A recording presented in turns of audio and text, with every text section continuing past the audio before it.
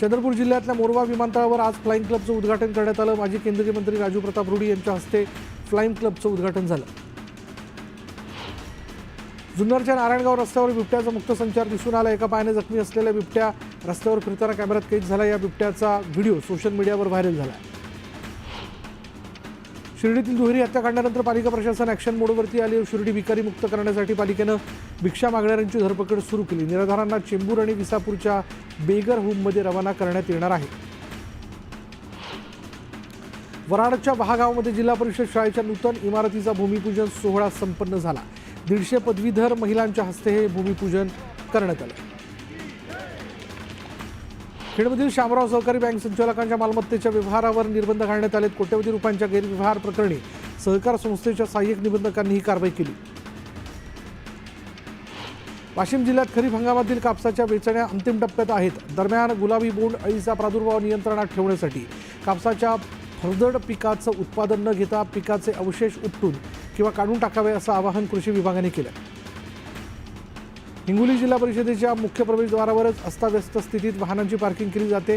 No पार्किंगची सूचना असलेल्या फलकासमोर वाहनं लावली जात असल्याचं दिसून येते, त्यामुळे नागरिकांची मोठी गैरसोय होते। राज्यात उन्हाचा तडाखा वाढल्यानं बीड जिल्ह्यातील राष्ट्रीय महामार्गाच्या लगत उसाचा रस पिण्यासाठी नागरिकांनी गर्दी केली। विजेवर चालणाऱ्या रसवंतीपेक्षा लाकडी रसवंतीला नागरिकांनी पसंती दिली। धान पिकाबरोबरच गोंदियात उसाचं उत्पादन घेतलं जाते। उसाच्या पिकामुळे शेतकऱ्यांना एका एकरात 40 ते 50 हजार रुपयांचा नफा मिळतोय, त्यामुळे शेतकऱ्यांचा कल ऊस पिकाकडे वाढला। भुसावळच्या हातनूर धरणातून भुसावळ नगरपालिका आणि भुसावळ औष्णिक विद्युत केंद्राकरता पाण्याचं आवर्तन सोडण्यात आलं। 700 क्युसेक्स पाण्याचा प्रवाह तापी नदी पात्रात सोडण्यात आला।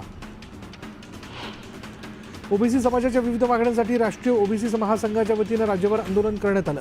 मागण्यांचा शासन निर्णय काढून त्याची अंमलबजावणी करावी, तसंच बिहारच्या धर्तीवर महाराष्ट्रात जातनिहाय जनगणना करावी अशी मागणी आंदोलकांनी केली। बुधवारपासून नाशिक शहरातील अनेक रेशन दुकानं बंद आहेत। केवायसी मशीन बंद असल्यानं नाशकात धान वितरण ही ठप्प झालंय, त्यामुळे दुकानाबाहेर नागरिकांची गर्दी पाहायला मिळते। अहिल्यानगरच्या कोपरगावात शहर महाविकास आघाडीच्या वतीनं महानगरपालिकेवर मोर्चा काढण्यात आला। कोपरगावात लवकरच अतिक्रमण हटाव मोहीम राबवली जाणार आहे। या मोहिमेला स्थगिती देण्याची मागणी आंदोलकांनी केली आहे। हिंगोलीच्या पुसेगावातील गावकऱ्यांनी हिंगोली ते सेनगाव महामार्गावर रस्ता रोको आंदोलन केलं। पुसेगावातील उर्दू शाळेचं दुसरीकडे स्थलांतर केलं जाणार आहे आणि या निर्णयाविरोधात गावकरी आक्रमक झाले। विकास कामांच्या थकीत बिलांसाठी धुळ्यात जिल्हा कॉन्ट्रॅक्टर असोसिएशनकडून अनोखं आंदोलन करण्यात आलं। असोसिएशनच्या पदाधिकाऱ्यांसह कर्मचाऱ्यांनी थेट सार्वजनिक बांधकाम विभागाच्या कार्यालयात डंपर हायवाने शासनाचा तीव्र निषेध नोंदवला। भारतीय कम्युनिस्ट पक्षाच्या वतीनं अमरावती जिल्हाधिकारी कार्यालयासमोर धरणे आंदोलन करण्यात आलं। कॉम्रेड गोविंद पानसरेंच्या मारेकऱ्यांचा जामीन रद्द करावा अशी मागणी आंदोलकांनी केली। कर्जतचे माजी आमदार सुरेश लाड यांनी कर्जत पोलीस ठाण्यासमोर आंदोलन सुरू केलं। कोणतेही सर्वेक्षण न करता शेतकऱ्यांना दमदाटी करून सीमाबंदीचे काम सुरू असल्याचा आरोप लाड यांनी केला। हिंगोली मुंबईच्या दादर परिसरात 10 कोटींचे ड्रग्ज गुन्हे शाखेकडून जप्त करण्यात आलेत। या प्रकरणी माटुंगा पोलीस ठाण्यात गुन्हा दाखल करण्यात आला। चंद्रपूर जिल्ह्यातल्या मोरवा विमानतळावर आज फ्लाइंग क्लबचं उद्घाटन करण्यात आलं। माजी केंद्रीय मंत्री राजू प्रताप रुडी यांच्या हस्ते फ्लाइंग क्लबचं उद्घाटन झालं। जुन्नरच्या नारायणगाव रस्त्यावर बिबट्याचा मुक्त संचार दिसून आला आणि एका पायाने जखमी असलेला बिबट्या रस्त्यावर फिरताना कॅमेऱ्यात कैद झाला। या बिबट्याला व्हिडिओ जो आहे तो सोशल मीडियावर व्हायरल झाला। शिर्डीतील दुहेरी हत्याकांडानंतर पालिका प्रशासन ॲक्शन मोडवरती आलेलं आहे। शिर्डी भिकारी मुक्त करण्यासाठी पालिकेनं भिक्षा मागणाऱ्यांची धरपकड सुरू केली। निराधारांना चेंबूर आणि विसापूरच्या बेगर होममध्ये रवाना करण्यात आलं। वराडच्या वहागावमध्ये जिल्हा परिषद शाळेच्या नूतन इमारतीचा भूमिपूजन सोहळा संपन्न झाला। 150 पदवीधर महिलांच्या हस्ते हे भूमिपूजन करण्यात आलं। खेडमधील शामराव सहकारी बँक संचालकांच्या मालमत्तेच्या व्यवहारावर निर्बंध घालण्यात आले। कोट्यवधी रुपयांच्या गैरव्यवहार प्रकरणी सहकार संस्थेच्या सहाय्यक निबंधकांनी ही कारवाई केली। वाशिम जिल्ह्यात खरीप हंगामातील कापसाच्या वेचण्या अंतिम टप्प्यात आहेत आणि दरम्यान गुलाबी बोंड अळीचा प्रादुर्भाव नियंत्रणात ठेवण्यासाठी कापसाच्या फरदड पिकाचं उत्पादन न घेता पिकांचे अवशेष उपटून किंवा काढून टाकावे असं आवाहन कृषी विभागाने केलं। राज्यात उन्हाचा तडाखा वाढल्यानं बीड जिल्ह्यातील राष्ट्रीय महामार्गाच्या लगत उसाचा रस पिण्यासाठी नागरिकांनी गर्दी केली। विजेवर चालणाऱ्या रसवंतीपेक्षा लाकडी रसवंतीला नागरिकांनी पसंती दिली। धान पिकाबरोबरच गोंदियात ऊसाचं उत्पादन घेतलं जातं। ऊसाच्या पिकामुळे शेतकऱ्यांना एका एकरात 40 ते 50 हजार रुपयांचा नफा मिळतोय। त्यामुळे शेतकऱ्यांचा कल ऊस पिकाकडे वळला। भुसावळच्या हातनूर धरणातून भुसावळ नगरपालिका आणि भुसावळ औष्णिक विद्युत केंद्राकरता पाण्याचं आवर्तन सोडण्यात आलं। 700 क्युसेक्स पाण्याचा प्रवाह तापी नदी पात्रात सोडण्यात आला। हिंगोली जिल्हा परिषदेच्या मुख्य प्रवेशद्वारावरच अस्ताव्यस्त स्थितीत वाहनांची पार्किंग केली जाते आणि नो पार्किंगची सूचना असलेल्या फलकासमोर वाहनं लावली जात असल्याचं दिसून येतं आणि त्यामुळे नागरिकांची मोठी गैरसोय होते। ओबीसी समाजाच्या विविध मागण्यांसाठी राष्ट्रीय ओबीसी महासंघाच्या वतीने राज्यभर आंदोलन करण्यात आलं। मागण्यांचं शासन निर्णय काढून त्याची अंमलबजावणी करावी, तसंच बिहारच्या धर्तीवर महाराष्ट्रात जातनिहाय जनगणना करावी अशी मागणी आंदोलकांनी केली। बुधवारपासून नाशिक शहरातील अनेक रेशन दुकानं बंद आहेत। केवायसी मशीन बंद असल्यानं नाशकात धान वितरणही ठप्प झालंय। त्यामुळे दुकानाबाहेर नागरिकांची गर्दी पाहायला मिळते। अहिल्यानगरच्या कोपरगावात शहर महाविकास आघाडीच्या वतीने नगरपालिकेवर मोर्चा काढण्यात आला। कोपरगावात लवकरच अतिक्रमण हटाव मोहीम राबवली जाणार आहे। या मोहिमेला स्थगिती देण्याची मागणी आंदोलकांनी केली। हिंगोलीच्या पुसेगावातील गावकऱ्यांनी हिंगोली ते सेनगाव महामार्गावर रास्ता रोको आंदोलन केलं। पुसेगावातील उर्दू शाळेचं दुसरीकडे स्थलांतर केलं जाणार आहे आणि या निर्णयाविरोधात गावकरी आक्रमक झाले। विकास कामांच्या थकीत बिलांसाठी धुळ्यात जिल्हा कॉन्ट्रॅक्टर असोसिएशनकडून अनोखं आंदोलन करण्यात आलं। असोसिएशनच्या पदाधिकाऱ्यांचं कर्मचाऱ्यांनी थेट सार्वजनिक बांधकाम विभागाच्या कार्यालयात डंपर हायवा नेत शासनाचा तीव्र निषेध नोंदवला।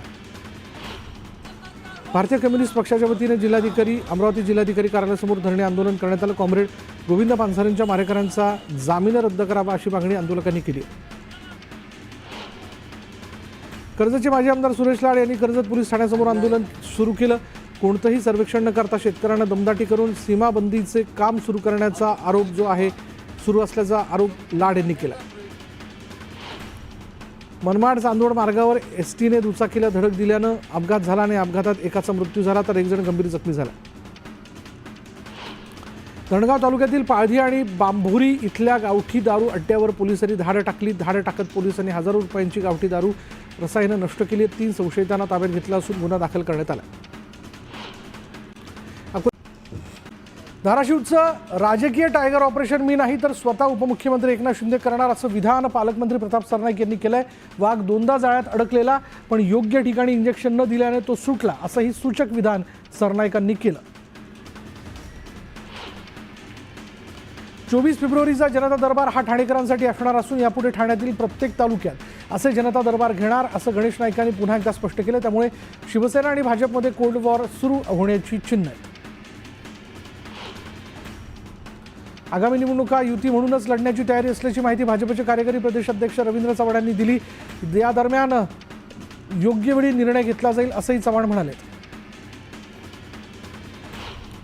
धनंजय मुंडेंच्या प्रकरणावर शिंदे गट नाराज असण्याची चर्चा रंगली होती आणि दरम्यान या संदर्भात विचारलं असता मंत्री प्रताप सरनाईकांनी थेट हातच जोडले। सरनाईकांनी बोलणं टाळल्यानं शिंदे गट नाराज असल्याच्या चर्चांना पुन्हा उधाण आलं। अंजली दमानी यानंतर ज्येष्ठ सामाजिक कार्यकर्ते विजय कुंभार यांनीही धनंजय मुंडेंवर भ्रष्टाचाराचा आरोप केला आहे। मंत्रिमंडळाचे ठराव मंजूर करून न घेता यापूर्वीही पैसे उचलण्यात आले आहेत असा आरोप विजय कुंभार यांनी केला। ऑपरेशन टायगरच्या पार्श्वभूमीवर डॅमेज कंट्रोल करण्यासाठी पुण्यात ठाकरे गट ॲक्शन मोडवरती आलाय। गेल्या 3 दिवसात तब्बल 180 शिवसैनिकांच्या वॉर्ड निहाय मुलाखती घेण्यात आलेल्या आहेत। भाजप नेते खासदार अशोक चव्हाणांच्या भोकर मतदारसंघात आमदार प्रताप पाटील चिखलीकरांनी 100 गाड्यांच्या ताफ्यासह जोरदार शक्तीप्रदर्शन केलं। चिखलीकरांनी राष्ट्रवादीचा मेळावा घेत अनेक पदाधिकाऱ्यांचा पक्षप्रवेश करून घेतला। भोकरमध्ये मेळावा होणार हे समजल्यावर अनेकांना फोन केले की मेळाव्याला जाऊ नका असा आरोप प्रताप पाटील चिखलीकरांनी अशोक चव्हाणांवर केला। प्रताप पाटील आणि दहशत हे समीकरण नवं नाही पण राष्ट्रवादी काँग्रेसमध्ये दहशत चालू देणार नाही असंही चिखलीकर म्हणाले। नवी मुंबई भाजपकडून सभासद नोंदणी कार्यशाळा घेण्यात आली। भाजपचे प्रदेश कार्यकारी अध्यक्ष रवींद्र चव्हाण आणि आमदार विक्रांत पाटलांच्या उपस्थितीत हा कार्यक्रम घेण्यात आला।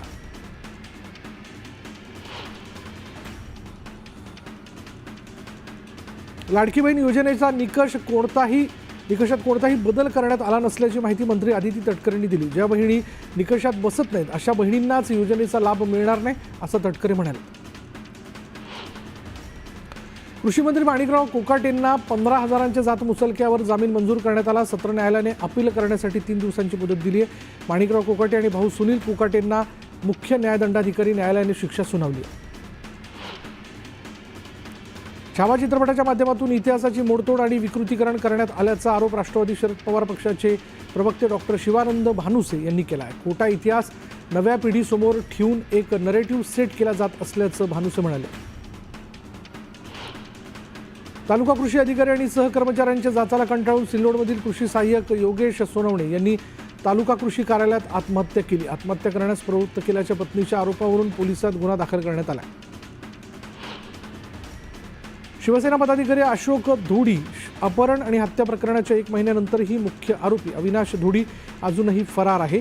अविनाश धोडी पालघरमध्येच असल्याचा दावा धोडी कुटुंबियांनी केला। आरोपीला तात्काळ अटक न केल्यास आंदोलन करण्याचा इशारा धोडी कुटुंबियांनी दिला।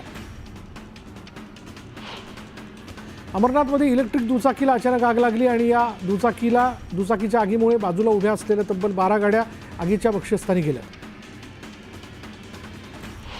जमिनीच्या वादातून कल्याणमध्ये एका व्यक्तीने आपल्या चुलत भावाची गोळ्या घालून हत्या केली। दोघेही भाऊ उत्तर प्रदेशातील रहिवासी आहेत। या प्रकरणी आरोपीला अटक करण्यात आली। संगमनेरच्या गुंजाळवाडी परिसरातील एका घरात बनावट नोटा छापल्या जात असल्याचा धक्कादायक प्रकार समोर आला। पुणे गुप्तचर विभागाने या घरावर छापा टाकला। या प्रकरणी नोटा छापण्यासाठी वापरण्यात येणारे प्रिंटर, कागद आणि बनावट नोटा जप्त करण्यात आल्या। कल्याण ते डोंबिवली दरम्यान धावत्या ट्रेनमध्ये एका 19 वर्षीय तरुणाने 3 प्रवाशांवर थेट चाकू हल्ला केला। धक्का लागल्याच्या कारणातून चाकू हल्ला केल्याची माहिती आहे। दरम्यान लोहमार्ग पोलिसांनी आरोपीला बेड्या ठोकल्यात। यवतमाळच्या दिग्रसच्या दीनभाई शिक्षण संस्थेला भाषिक आधारावर अल्पसंख्याक शाळेचा दर्जा देण्यात आला होता। दरम्यान सर्व संचालक मराठी भाषिक असल्यानंतरही मंत्री संजय राठोड यांनी हा दर्जा कसा काय दिला, हा मुद्दा कॅबिनेटमध्ये उपस्थित करण्यात आला। मुख्यमंत्री फडणवीसांनी याविषयीची दखल घेत या आदेशाला स्थगिती दिली आहे।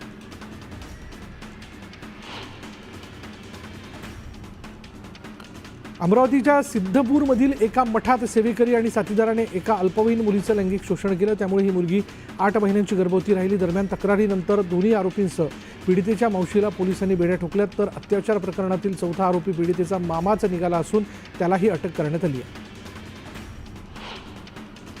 नवी मुंबईतील एपीएमसी पोलीस ठाण्याच्या हद्दीतील एका हॉटेलवर छापा टाकत वेश्या व्यवसायातून 3 महिलांची सुटका करण्यात आली। या प्रकरणी 3 आरोपींना ताब्यात घेण्यात आले, तर 4था आरोपी फरार असल्याची माहिती आहे।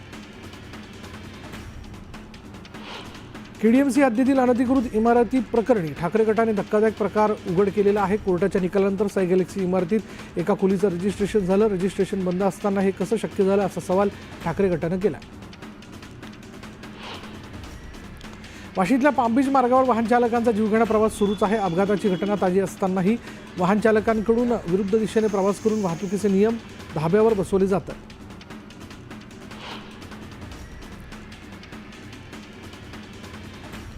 पालघरच्या वाडा तालुक्यातील वडवलीत टायर कारखान्यामुळे प्रदूषण होत असल्याच्या तक्रारी नागरिकांनी केल्या होत्या। कारखान्यातील धुरामुळे नागरिकांना त्रास सहन करावा लागतो। दरम्यान नागरिकांना त्रास होत असेल तर असे कारखाने तातडीने बंद करावेत, असे आदेश मंत्री गणेश नाईकांनी दिले। मुंबईतील गोमंडीच्या पद्मानगर परिसरातील रस्त्याची दुरावस्था झाली। परिसरात दुर्गंधी पसरल्याने नागरिकांच्या आरोग्याला धोका निर्माण झाला।